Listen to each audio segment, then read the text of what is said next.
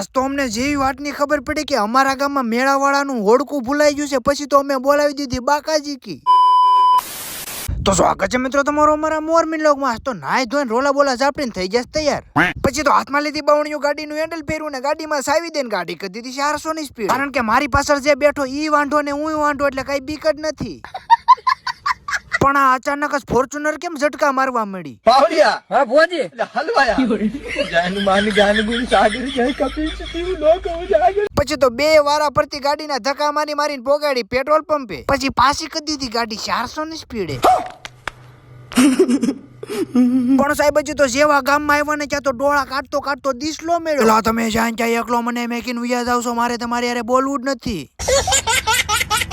પછી તો બેયને લઈને આવી ગયો ઓળખીએ. હવે મને કેમ એવું લાગે છે કે આને કોઈ દી ઓળખી જ ન જોઈ હોય. પણ પછી મને કાનમાં આવીને પાછો કહે છે કે લા બસો દેવીને તોય નથી બેહાડતા, આ તો માછું વગરનું મધ કહેવાય.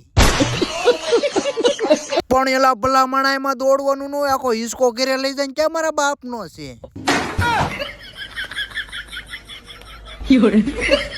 પણ મોટા ભાઈ તમે પીઝા ને બર્ગર ખાઈને પતી ગયા છો, હું આઘાર્યો તમારા ભાઈ ને આવવા જો.